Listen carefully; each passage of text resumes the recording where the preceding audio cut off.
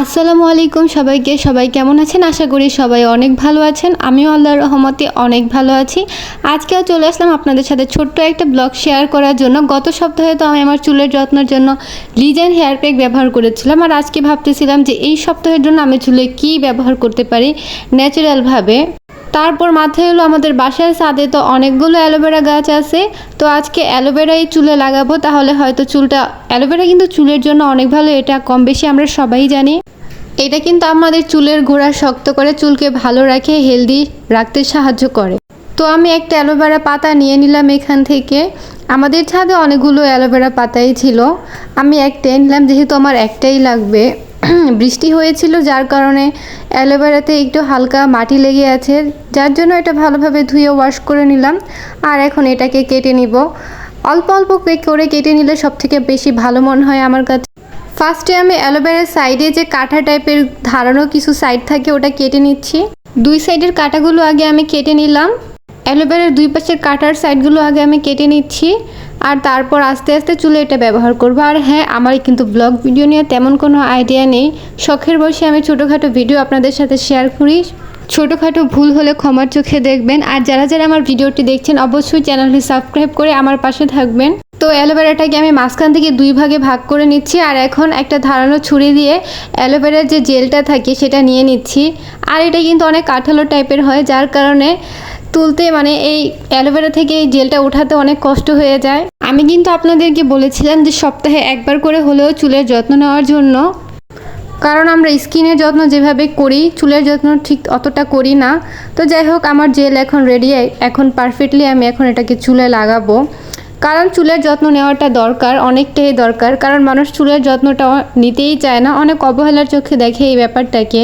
আর সবসময় চেষ্টা করবেন ন্যাচারাল কিছু চুলে লাগানোর জন্য, কারণ এখন দোকানের মধ্যে তেমন আসল কোনো কিছুই পাওয়া যায় না, সব কিছুতেই ডুপ্লিকেট।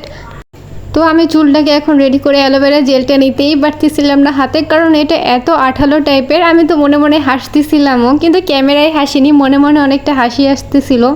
তো আমার আজকে ওদিনের মতো একা একাই চুলে অ্যালোভেরা জেল লাগাতে হচ্ছে, কারণ বাসায় কেউ নেই, বাসায় সবাই সবার কাজ নিয়ে ব্যস্ত আছে, আর আমি আছি আমার চুলের ব্যস্ততা নিয়ে, কিভাবে চুলের যত্ন নেব সেটা নিয়ে আছি। চুলের গোড়ায় গোড়ায় ভালোভাবে এই অ্যালোভেরা জেলটা লাগাতে হবে। আর যতবারই আমি বাটি থেকে অ্যালোভেরা জেল নিতে যাচ্ছি ততবারই হাত আঠালো টাইপের হয়ে লেগে যাচ্ছিল, নিতেই পারতেছিলাম না। আর হ্যাঁ, আজকে কিন্তু একটা বিয়ের দাওয়াতও আছে আমাদের, সন্ধ্যায় গায়ে হলুদের দাওয়াত, ওইখানেও যাব। যার জন্য আজকে মেনলি ভাবলাম যে যেহেতু বিয়ের দাওয়াতেও যাব, তাহলে চুলের যত্নটা আজকে একটু নিয়ে ফেলি, তাহলে হয়তো চুলটা বাঁধতে বেশি সুন্দর সুবিধা হবে আমার।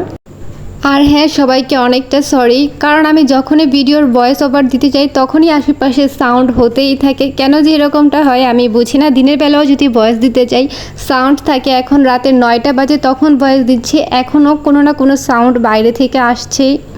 তো আমি আর বাটি থেকে অ্যালোভেরা না নিয়ে ডাইরেক্ট অ্যালোভেরার পাতা থেকেই অ্যালোভেরা লাগাচ্ছি, কারণ এত আঠালো টাইপের নিতে অনেকটা কষ্ট হয়ে যাচ্ছিলো আমার জন্য, যার কারণে আমি অ্যালোভেরার পাতা থেকেই অ্যালোভেরা নিয়ে এভাবে লাগাচ্ছিলাম চুলের মধ্যে।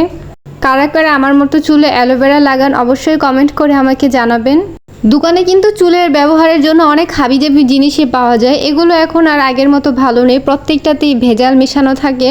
এখন আসল পণ্য কেনাটা অনেক টাফ হয়ে গিয়েছে, যার কারণে আমি মনে করি যে বাহির থেকে কোনো কিছু না কিনে এনে আয়ুর্বেদিক ন্যাচারাল কোনো কিছু চুলে লাগালে চুলের জন্য এটা বেশি ভালো হয়।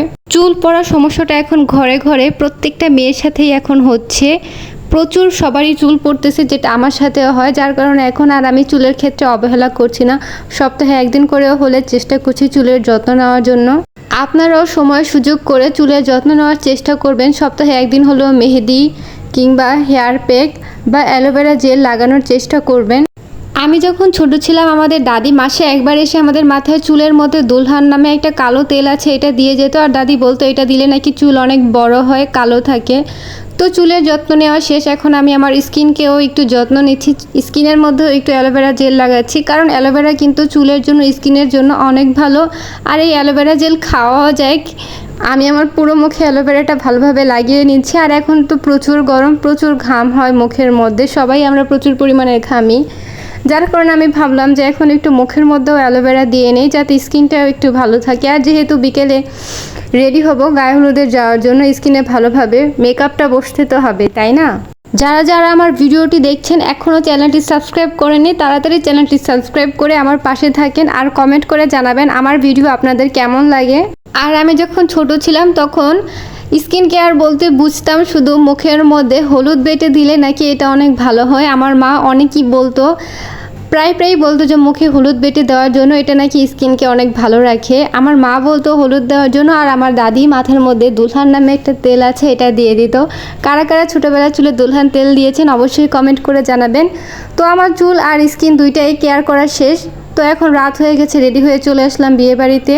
আমরা যেতে যেতে অনেকটাই লেট করেছিলাম, প্রায় 9:30 বাজে গিয়েছিলাম। তারপরও দেখি এখনও প্রোগ্রাম শুরুই হয়নি, সবাই বাইরে ঘোরাঘুরি করছে। প্যান্ডেলের সামনে মানুষ খুব কমই ছিল। অনেক অপেক্ষা করার পর ফাইনালি দেখলাম যে না, অনুষ্ঠান শুরু হওয়ার মতো প্রিপারেশন চলছে। এখানে বরকে খাওয়ানোর জন্য যে ফল কাটা হয় সেগুলো স্টেজে আনা হচ্ছিল, আর আমি ভিডিও করে নিচ্ছিলাম আপনাদের সাথে শেয়ার করার জন্য। আর তারপর সবাইকে আমাদের বিরিয়ানি দিল খাওয়ার জন্য। তো খাওয়া দাওয়া করলাম, আর এদিকে আমার বান্ধবীর সাথে মজা করতেছিলাম। ও কিন্তু আমার ছোটোবেলার বান্ধবী। বিয়েতে আসার পর হঠাৎ করেই দেখা হয়ে গিয়েছিল। আর এদিকে জামাই এন্ট্রি নিচ্ছে নাচতে নাচতে, অনেক সুন্দর লাগতেছিল। ক্যামেরায় যতটা না সুন্দর লাগতেছিল, বাস্তবে এই ভিউটা এত সুন্দর লাগতেছিল। বিশেষ করে এই কালারিং ধোয়ার কারণে দেখতেও অনেকটা সুন্দর লাগতেছিল। সবাই মিলে অনেক নাচানাচিও করতেছিল, অনেক মজা করতেছিল। আর একটা সময় এই ধোঁয়া এত পরিমাণে বেশি হয়ে যায়, চারপাশে একদম ঘোলাঘোলা হয়ে যায়। ক্যামেরাও তেমন ভালোভাবে ভিডিও ক্যাপচার করতে পারতেছিলাম না, যার কারণে আর ভিডিও করিনি। আর এদিকে জামাইকে